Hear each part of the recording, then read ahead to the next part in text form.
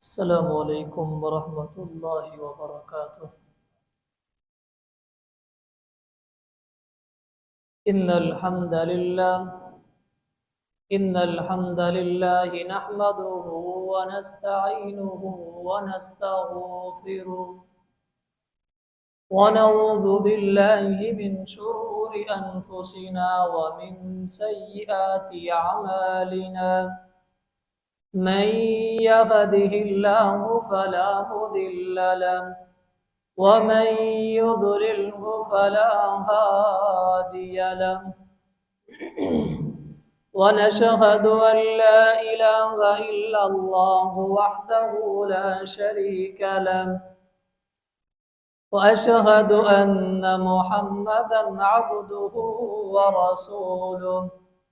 يا أيها الناس اتقوا ربكم الذي خلقكم من نفس واحدة، وخلق منها زوجها وبث منهما رجالا كثيرا ونساء. واتقوا الله الذي تساءلون به والأرحام، إن الله كان عليكم رقيبا.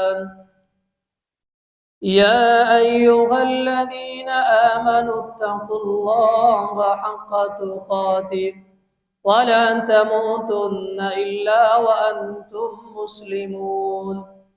يا أيها الذين آمنوا اتقوا الله وقولوا قولا سديدا يصلح لكم أعمالكم ويغفر لكم ذنوبكم، ومن يطع الله ورسوله فقد فاز فوزا عظيما.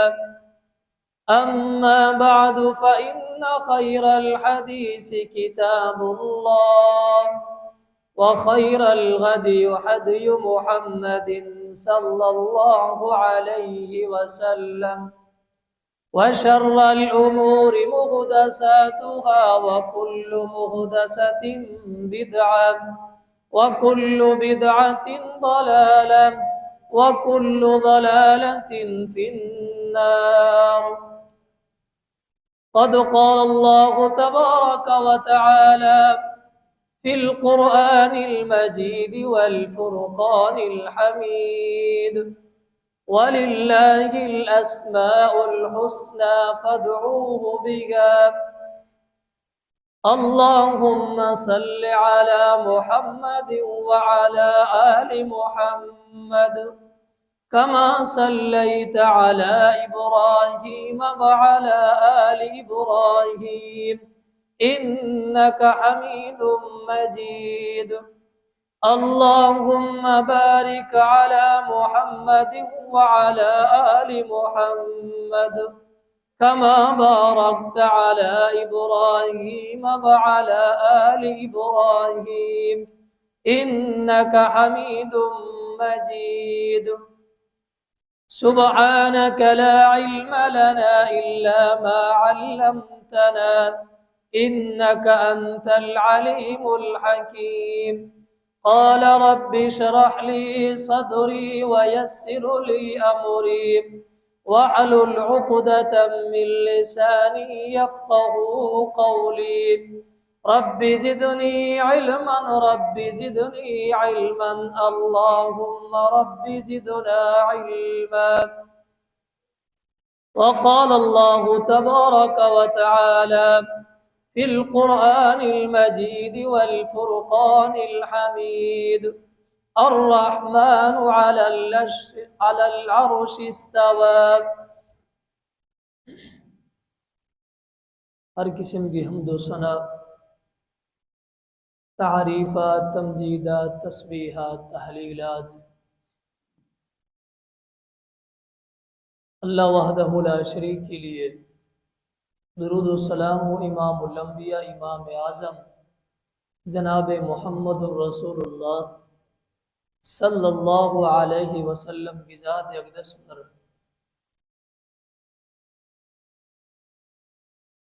سمعین محترم، اللہ رب العالمین کا اسم ذات صرف ایک ہی ہے۔ اللہ رب العالمین کا جو ذاتی نام ہے وہ ایک ہی ہے۔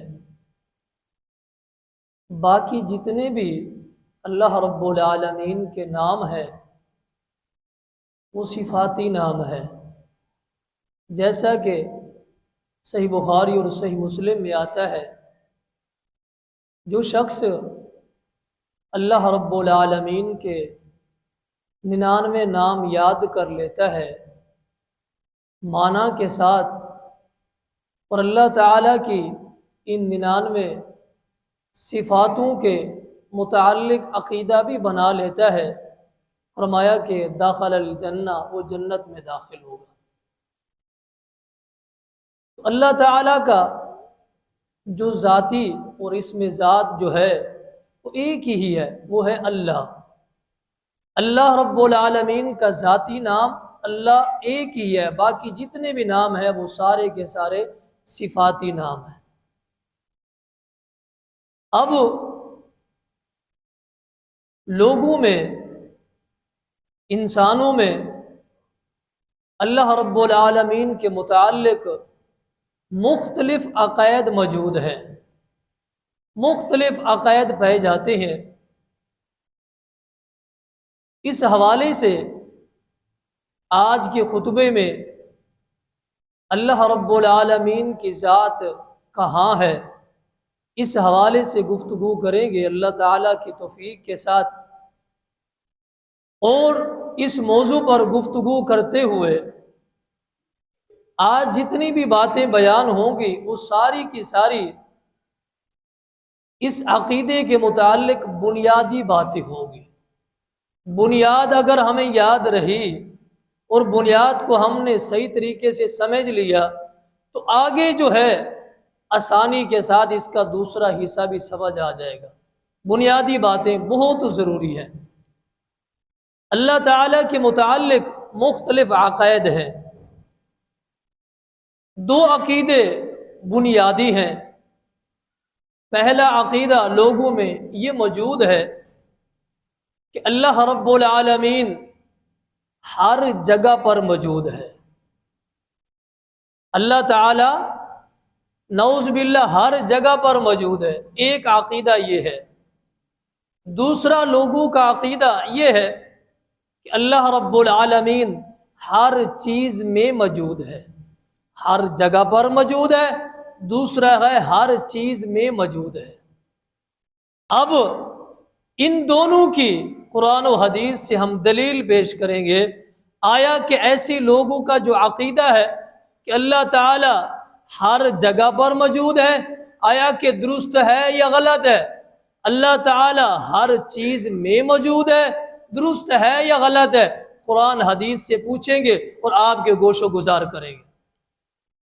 آئیے دیکھیے، پہلی بات، جن لوگوں کا عقیدہ ہے کہ اللہ تعالی ہر جگہ پر موجود ہے، اگر یہ عقیدہ لوگوں کا رہا تو یہاں سے یہ پتہ چلتا ہے، یہاں سے یہ معلوم ہوتا ہے کہ اللہ رب العالمین تو پھر بہت زیادہ ہوئے، کیونکہ دنیا کی جگہ بہت زیادہ ہے، ہر جگہ پہ اللہ تعالیٰ ہے، پھر تو اللہ تعالیٰ کی ذات بہت زیادہ ہوئی۔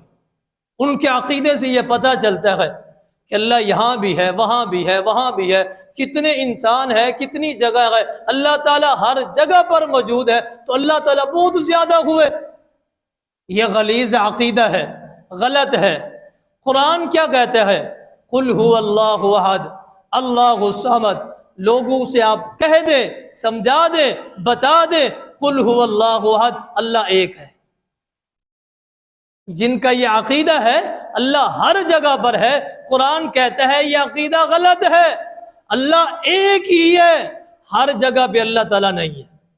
قرآن نے اس بات کو رد کر دیا ہے، پتہ چلتا ہے اللہ تعالیٰ ایک ہے۔ دوسری بات، جن لوگوں کا عقیدہ ہے اللہ تعالیٰ ہر چیز میں موجود ہے، اس کے دلائل سنیں۔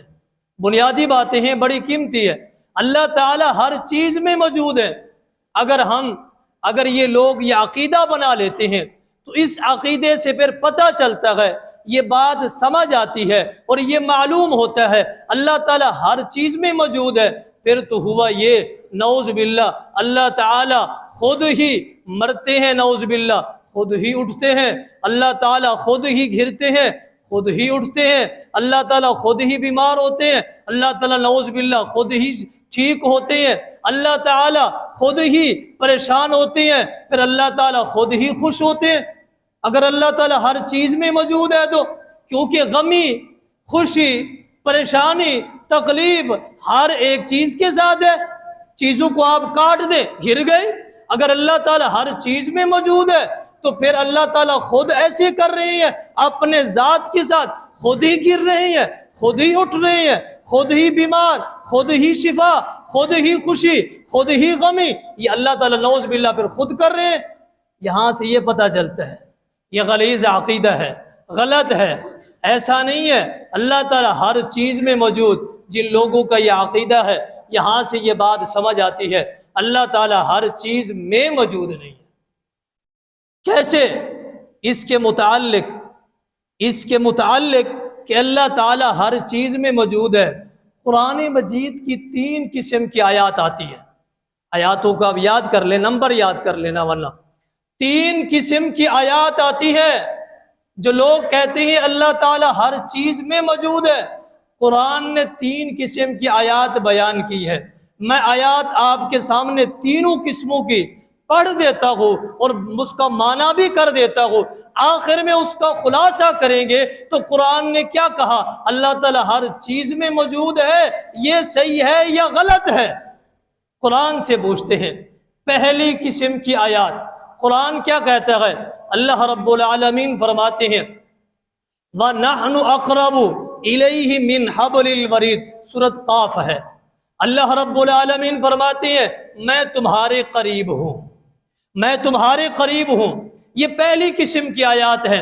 پھر پہلی قسم کی آیات یہ بھی ہے، اللہ تعالیٰ فرماتے ہیں وَإِذَا سَأَلَكَ عِبَادِي أَنِّي فَإِنِّي قَرِيبٌ، میں تمہارے قریب ہوں۔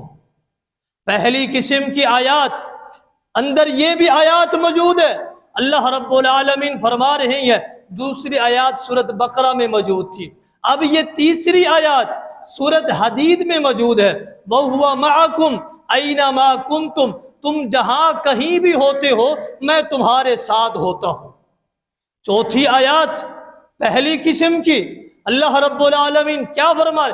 سورۃ المجادلہ کے اندر یہ بات درج ہے ما یکون من نجوى ثلاثۃ الا هو رابعهم ولا خمسۃ الا هو سادسهم ولا ادنى من ذلك الا هو اکثر منهم۔ تم جب آپس میں سرگوشی کرتے ہو، 3 مل کے بیٹھتے ہو، سرگوشی کرتے ہو، چوتھا میں اللہ ہوتا ہوں تمہارے ساتھ۔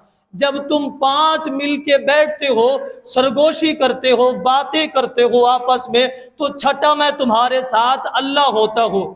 اگر تم 5 سے کم ہو پھر بھی میں تمہارے ساتھ ہوتا ہوں، اگر تم 5 سے زیادہ ہو جس کی حد بھی نہ ہو، آپس میں سرگوشی کرو، پھر بھی میں تمہارے ساتھ ہوں۔ تم جہاں کہیں بھی ہوتے ہو میں تمہارے ساتھ ہوتا ہوں۔ ایک قسم کی آیات تو یہ ہے۔ اب یہاں سے پتہ چلتا ہے اللہ رب العالمین انسان کے ساتھ ہے، مگر کیسے؟ دوسری قسم کی آیات اللہ تعالیٰ انسان کے ساتھ ہے مگر کیسے ساتھ ہے؟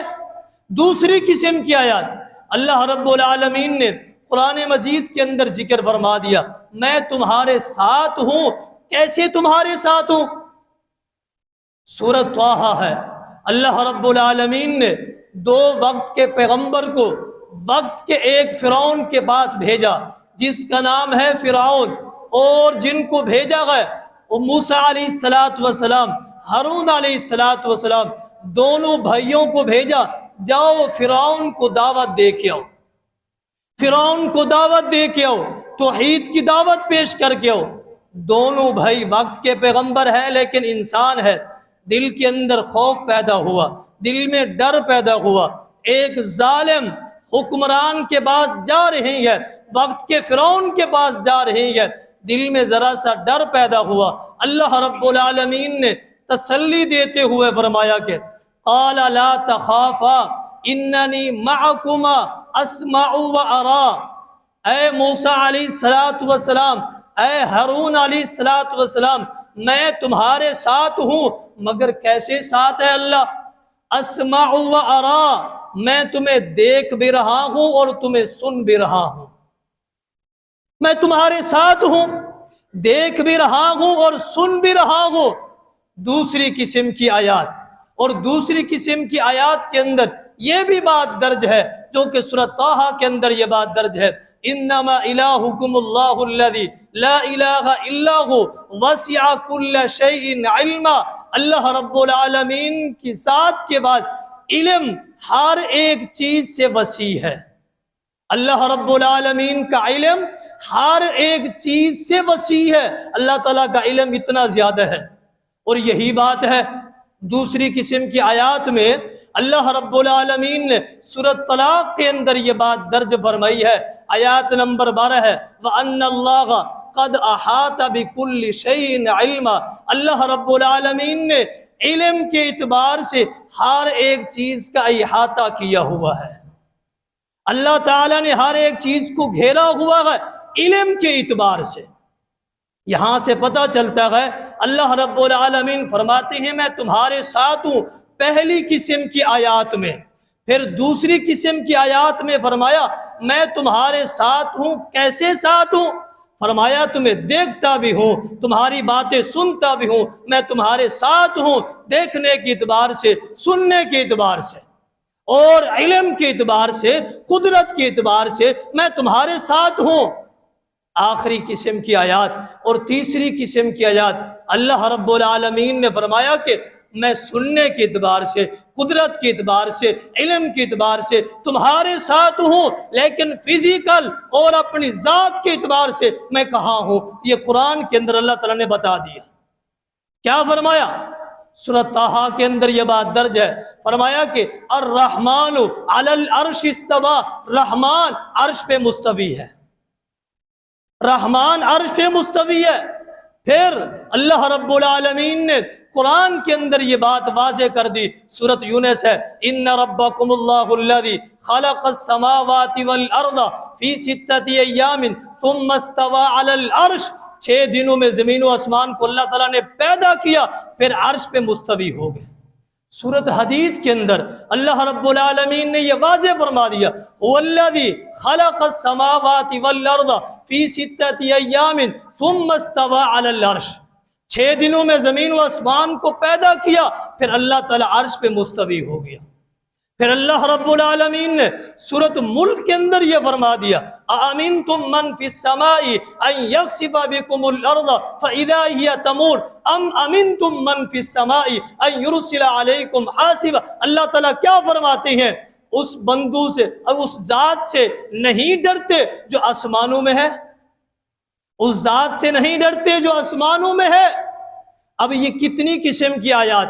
3 قسم کی آیات میں نے آپ کو یہ گوش و گزار کی ہے، سنائی ہے کہ جن لوگوں کا عقیدہ ہے اللہ تعالیٰ ہر چیز میں موجود ہے، اللہ تعالیٰ نے واضح کر دیا میں تمہارے ساتھ ہوں، پھر فرما دیا ساتھ کیسے ہوں؟ قدرت کے اعتبار سے، علم کے اعتبار سے، اور سننے کے اعتبار سے، دیکھنے کے اعتبار سے میں تمہارے ساتھ ہوں، لیکن ذات کے اعتبار سے اللہ رب العالمین عرش پہ مستوی ہے۔ قرآن کے اندر یہ بات درج ہے، یہ بنیادی عقیدہ ہے، یہ بنیادی عقیدہ ہے، اور یہ بنیادی چیزیں ہیں، اس عقائد کے متعلق بہت ضروری ہے۔ جن لوگوں کا یہ عقیدہ ہے اللہ رب العالمین ہر جگہ پہ موجود ہے، قرآن نے رد کر دیا۔ جن لوگوں کا یہ عقیدہ ہے اللہ تعالیٰ ہر چیز میں موجود ہے، قرآن نے رد کر دیا۔ پھر ایک اور بھی لوگ ہیں جن کا یہ عقیدہ ہے اللہ تعالیٰ کی کوئی سمت نہیں ہے، اللہ تعالیٰ کی سمت ہے، جس طرف اللہ کو پکارو اللہ کی اس طرف سمت ہے۔ کیسے سمت ہے؟ انہوں نے محدود کر دیا۔ کیسے مت؟ کہتے اوپر ہے، دائیں ہے، بائیں ہے، نیچے ہے، 6 اللہ تعالیٰ کی سمتیں ہیں، بس اس اعتبار سے پکارو، اس کے علاوہ اللہ تعالیٰ کو پکارو نہیں۔ اللہ تعالیٰ کی سمت کو آپ نے بھی تو محدود کر دیا۔ قرآن کہتا ہے اللہ تعالیٰ کی سمت نہیں ہے، محدود کر دیا، اوپر نیچے دائیں بائیں 6 سمتوں کو محدود کر دیا۔ یہ عقیدہ بھی باطل ہے، یہ عقیدہ بھی غلط ہے۔ اللہ رب العالمین کے متعلق یہ عقیدہ اور یہ غلیظ عقیدہ ہے، اگر کوئی انسان یہ عقیدہ رکھتا ہے اللہ تعالیٰ ہر جگہ پہ ہے، ہر چیز میں موجود ہے، نعوذ باللہ اس انسان نے، وہ شخص، وہ انسان، وہ مومن اپنے عقائد کی اصلاح کرے۔ بات سمجھنی ہے۔ آگے دیکھیں، ہم اپنے اسلاف سے پوچھتے ہیں، سلف صالحین سے پوچھتے ہیں، جن کے متعلق لوگوں نے اپنے مذہب کا نام بھی رکھا ہوا اور مذہب کی ابتدا بھی کی ہوئی ہے، ان سے پوچھتے ہیں کہ اللہ رب العالمین کے متعلق کہ اللہ تعالیٰ کہاں ہے، اللہ تعالیٰ کہاں ہے، ان کا کیا عقیدہ تھا، ان سے پوچھتے ہیں۔ امام مالک رحمہ اللہ تعالی چوٹی کے امام گزرے ہیں، جس کو دار الہجرہ بھی کہا جاتا ہے، اور مسجد نبوی کے بھی امام ہے، مسجد حرام کے بھی امام ہے، مکہ مکرمہ کے بھی امام ہے، وقت کے محدث گزرے ہیں۔ امام مالک رحمہ اللہ تعالی ان کا یہ قول اور یہ ان کا عقیدہ الرد علی الجہمیۃ، اس کتاب کے اندر ان کا قول یہ درج ہے، صفحہ نمبر 166 اور 167 کے اوپر ان کا قول یہ درج ہے، جا کے دیکھ لینا۔ کیا فرماتے ہیں امام مالک رحمہ اللہ تعالی اپنی مسند پہ تشریف فرما ہے، ان کا ہی شاگرد اٹھتا ہے، آ کے امام صاحب کے قریب آتا ہے، آگے پوچھتا ہے کہ امام صاحب یہ بتائیں کہ اللہ رب العالمین عرش پہ مستوی ہے، کیسے ہے؟ اللہ تعالی عرش پہ مستوی ہے میں مانتا ہوں، لیکن مجھے یہ سمجھا دے اللہ تعالی عرش پہ مستوی ہے تو کیسے ہے، یہ سمجھا دے۔ ان کا اتنا سوال کرنا ہی تھا تو امام مالک رحمہ اللہ تعالی اپنے سر کو جھکا لیتے ہیں، قطع رأسا، سر جھک جاتا ہے، فوراً سر جھک جاتا ہے، اور ان کے جسم سے پسینہ نکلنا شروع ہو جاتا ہے، اور ان کی کیفیت یہاں تک پہنچتی ہے زبان میں سکت نہیں رہتی، زبان میں طاقت اور قوت نہیں رہتی کہ اپنی زبان کو حرکت دے اور بات کرے اور بول سکے، قوت زبان سے چلی جاتی ہے اس سوال کے اوپر کہ اللہ تعالیٰ عرش پہ مستوی ہے مگر کیسے ہے، اس سوال کے اوپر، اپنے شاگرد کے سوال کے اوپر اس قدر امام مالک رحمہ اللہ تعالی کی کیفیت بن جاتی ہے۔ کچھ دیر کے بعد طبیعت ٹھیک ہوتی ہے، درست ہو جاتی ہے، اپنے ہوش حواس میں واپس آ جاتے ہیں، پھر اپنے شاگرد سے کیا کہتے ہیں؟ فرماتے ہیں الاستواء معلوم وکیفیت مجہول والسوال عنہ بدعہ۔ اے سوال کرنے والے، اللہ رب العالمین کے متعلق سن لو، الاستواء معلوم، اللہ تعالی عرش پہ مستوی ہے یہ معلوم ہے، کیونکہ قرآن نے بتا دیا الاستواء معلوم، اللہ تعالیٰ کا عرش پہ مستوی ہونا یہ معلوم ہے، وکیفیت مجہول، اور اللہ تعالیٰ کیسے ہے یہ کیفیت مجہول ہے، یہ مخفی ہے، یہ پتہ نہیں ہے، شریعت نے ذکر نہیں کی، یہ کیفیت مجہول ہے۔ آگے کیا فرماتے ہیں؟ والسوال عنہ بدعہ، ایسا سوال کرنا بدعت ہے، ایسا سوال کرنا بدعت ہے۔ پتہ چلتا ہے کچھ ایسے بھی سوال ہوتے ہیں جو سوال ہی بدعت ہوتے ہیں، جو سوال ہی ابتدا سے بدعت ہے، سوال ہی غلط ہے۔ بعض لوگ ایسے سوال بھی کر جاتے ہیں جو عقائد کے اندر ہوتے ہیں، وہ سوال کرنا ہی بدعت ہے، لیکن سوال کرنے والے کو پہلے یہ سوچنا ضروری ہے سوال کر سکتے ہیں یا نہیں، سوال کیا جا سکتا ہے یا نہیں کیا جا، ایسے سوال کرنا بھی بدعت ہے۔ بات سمجھ نہیں ہے۔ آگے دیکھیں امام ابو حنیفہ رحمہ اللہ تعالی، اللہ رب العالمین ان کی قبر کے اوپر کروڑوں رحمت نازل فرمائے، ایسا چوٹی کا عقیدہ سمجھا کے گئے، ایسا عقیدہ سمجھا کے گئے، ایسا عقیدہ سمجھا کے گئے، اگر ان کے عقیدے کو لیا جائے اللہ رب العالمین کے ذات کے متعلق کمال کا عقیدہ سمجھا کے گئے۔ کہاں ان کا قول ذکر ہے؟ مختصر العلوم، اور اس کتاب کے اندر امام ابو حنیفہ رحمہ اللہ تعالی کا قول درج ہے. کیا فرماتے ہیں؟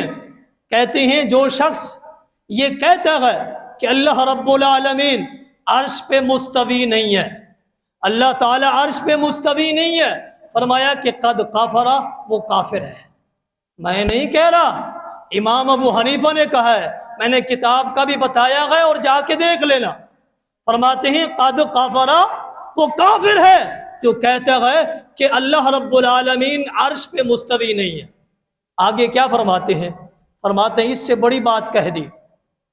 آگے کہتے ہیں جو شخص یہ مانتا ہے، جو شخص مانتا ہے، اس کا ایمان ہے اللہ تعالیٰ عرش پہ مستوی ہے، اللہ تعالیٰ عرش پہ مستوی ہے، لیکن اس ماننے والے بندے کو یہ معلوم نہیں، یہ پتہ نہیں عرش اوپر ہے یا نیچے ہے. قد کافرہ، یہ بھی کافر ہے، یہ بھی کافر ہے. اس کو پتہ ہی نہیں ہے کہ عرش اوپر ہے یا نیچے ہے، لیکن یہ مان رہا ہے اللہ تعالیٰ عرش پہ ہے، اور یہ شخص بھی کافر ہے. اس کو پتہ ہونا چاہیے اللہ رب العالمین کا عرش کہاں ہے. قرآن ویسے کہتا ہے اللہ تعالیٰ کا عرش اوپر ہے. یہ امام ابو حنیفہ رحمہ اللہ تعالیٰ نے سمجھایا. آگے اس سے بڑی بات امام ابن خزیمہ رحمہ اللہ تعالیٰ، ان کی اپنی کتاب حدیث کی ابن خزیمہ، ان کے اندر یہ قول درج ہے. کیا فرماتے ہیں؟ جس شخص کا یہ عقیدہ ہے کہ اللہ رب العالمین عرش پہ مستوی نہیں ہے، بڑی کمال کی بات یہ کہہ گئے، عرش پہ مستوی نہیں ہے.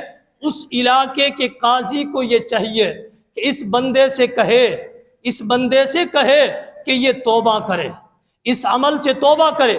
اگر قاضی اسے کہتا ہے یہ توبہ نہیں کرتا، اپنے اس عقیدے کو رد نہیں کرتا، پھر قاضی کے لیے ضروری ہے فقاتل، اسے قتل کر دے، اسے قتل کر دے. وقت کو حکمران کے لیے یہ بات ہے، ہمارے لیے نہیں ہے. فقاتل، اسے قتل کر دے. قتل کرنے کے بعد وقت کے قاضی کے لیے ضروری ہے کہ اس کی لاش کو مسلمانوں کے قبرستان میں دفن نہ کیا جائے، اور اس کی لاش کو مسلمانوں کی بستی کے قریب جو کچرے کا ڈھیر ہوتا ہے، اس کچرے کے ڈھیر کے اوپر اس کی لاش کو نہ پھینکا جائے. کیوں؟ جب اس کی لاش سے بدبو آئے گی، سمجھ لے گی کسی ایک مومن کو اس بد عقیدے کی لاش سے تکلیف نہ ہو. اس قدر یہ غلیظ عقیدہ ہے کہ اللہ رب العالمین عرش پہ مستوی نہیں ہے. اللہ تعالیٰ ہر جگہ پہ ہے، ہر چیز میں ہے. جس کا یہ عقیدہ ہے، یہ غلیظ عقیدہ ہے، میں نے قرآن سے ثابت کیا ہے، میں نے اسلاف سے یہ بتایا ہے کہ اسلاف کا یہ عقیدہ تھا. اور آخری بات پھر اس سے آگے شروع کریں گے، اور یہ بنیادی بات ہے کہ اللہ رب العالمین کا عرش کیسے ہے. سوال پیدا ہوتا ہے، یہ سوال صحیح ہے، اللہ تعالیٰ کا عرش کیسے ہے، اللہ تعالیٰ کی کرسی کیسے ہے. یہ سوال ہے جو شریعت میں ملتا بھی ہے. آئیے سنیے، آپ سورج کو دیکھ رہے ہیں، یہ سورج اور اس سورج کے مقابلے میں زمین چھوٹی ہے، سورج بڑا ہے. اور سورج آسمان کے مقابلے میں یہ چھوٹا ہے، آسمان بڑا ہے. اور یہ آسمان جو 7 آسمان ہے، اور یہ 7 آسمان کرسی کے مقابلے میں حدیث میں آتا ہے ایسے ہے جیسے ایک پلیٹ میں یا ایک چٹیل میدان پہ چند ایک سکے موجود ہو. کرسی کے مقابلے میں آسمان اتنا چھوٹا ہے. پھر یہ کرسی کیا ہے؟ حدیث میں آتا ہے مواضع القدمین، اللہ تعالیٰ کی 2 قدم رکھنے کی جگہ کو کرسی کہتے ہیں. حدیث میں ہے، صحیح مسلم کی حدیث ہے، اللہ تعالیٰ کے 2 قدم رکھنے کی جگہ کرسی ہے. پھر یہ کرسی عرش کے مقابلے میں کتنا بڑی ہے؟ فرمایا کہ چٹیل میدان ہو. اس چٹیل میدان میں ایک انگوٹھی کو ڈالا جائے، اس انگوٹھی کی اس چٹیل میدان میں کتنا حیثیت ہے. عرش کے مقابلے میں کرسی ایسے ہی ہے. عرش بہت بڑا ہے. عرش اللہ رب العالمین کی یہ آخری مخلوق ہے، اور عرش کے اوپر اللہ تعالیٰ مستوی ہے. کیسے مستوی ہے؟ لیسا کا مثل ہی شیء، اس کی مثل اللہ تعالیٰ کی شان کو لے کے اس کے متعلق نہیں بتایا گیا. وما علینا الا البلاغ.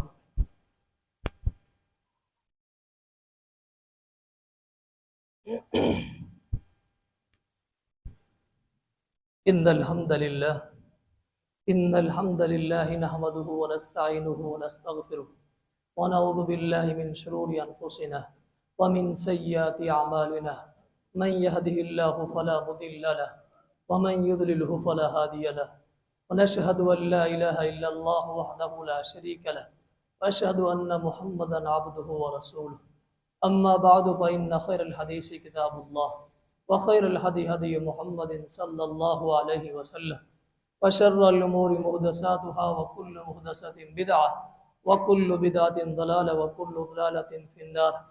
قد قال الله تبارك وتعالى في القرآن المجيد والفرقان الحميد الرحمن على العرش استوى سبحان ربك رب العزة عما يصفون وسلام على المرسلين والحمد لله رب العالمين.